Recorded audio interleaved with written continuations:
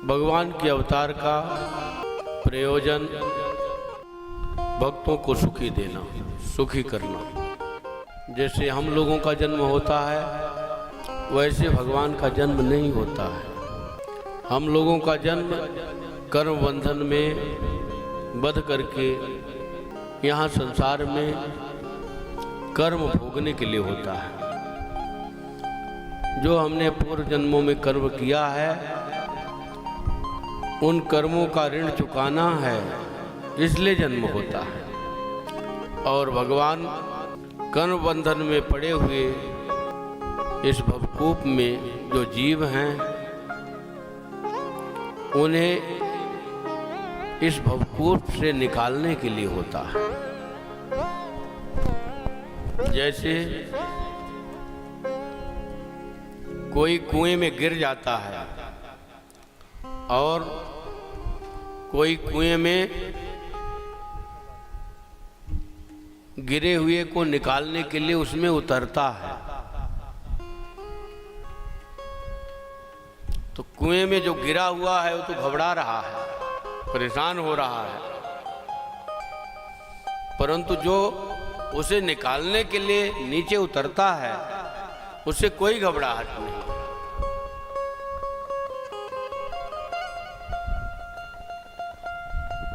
उसे कोई शंका नहीं कि मैं डूब जाऊंगा, क्योंकि वो दूसरे को निकालने के लिए उतर रहा है, तो उसे निकलने में तो कोई दिक्कत ही नहीं है। इसी प्रकार से भगवान यहाँ आकर भी कर्म बंधन से बंधते नहीं हैं और जीव कर्म बंधन में बंधा हुआ आता ही है और आगे बुरा कर्म कर दिया तो और कर्म बंधन में बंध गया। भगवान का अवतरण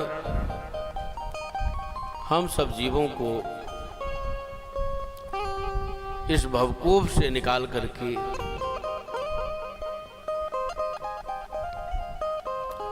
अपने परम धाम में ले जाने के लिए होता है।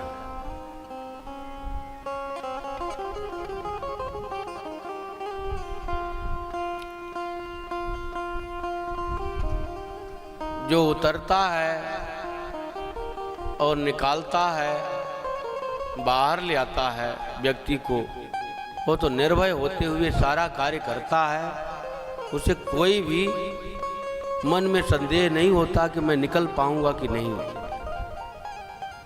प्रसन्नता पूर्वक जाता है, प्रसन्नता पूर्वक आता है, और जो गिर गया वह संशय में रहता है। ऐसे ही भगवान समस्त प्रकार के संशय से रहित हैं। सकल विकार रहित कद भेदा, कह नित निगम सनाहि वेदा, नित नेति सराहि वेदा। तो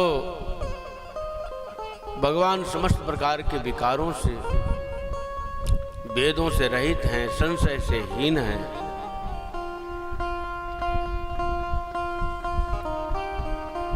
उनके अवतार से अनंत प्राणियों का उद्धार होता है।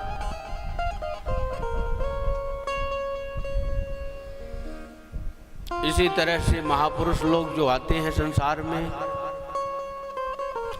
उनके भी अवतरण से बहुत सारे जीवों का उद्धार होता है।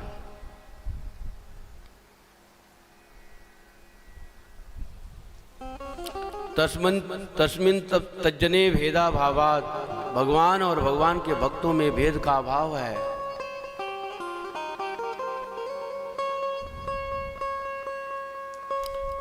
संसार में रहते हुए संसार में रहते नहीं हैं, संसार से सर्वथा अलग रहते हैं। जैसे कमल पत्र जल में रहते हुए भी जल की एक भी बूंद उसमें बेधती नहीं है कमल पत्र को, उसी प्रकार से संसार में रहते हुए संसार का कोई भी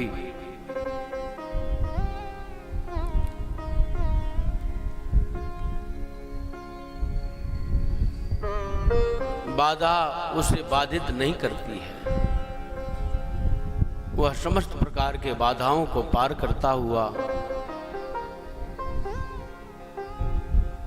भगवान के काम के लिए आता है और भगवान के धाम में चला जाता है।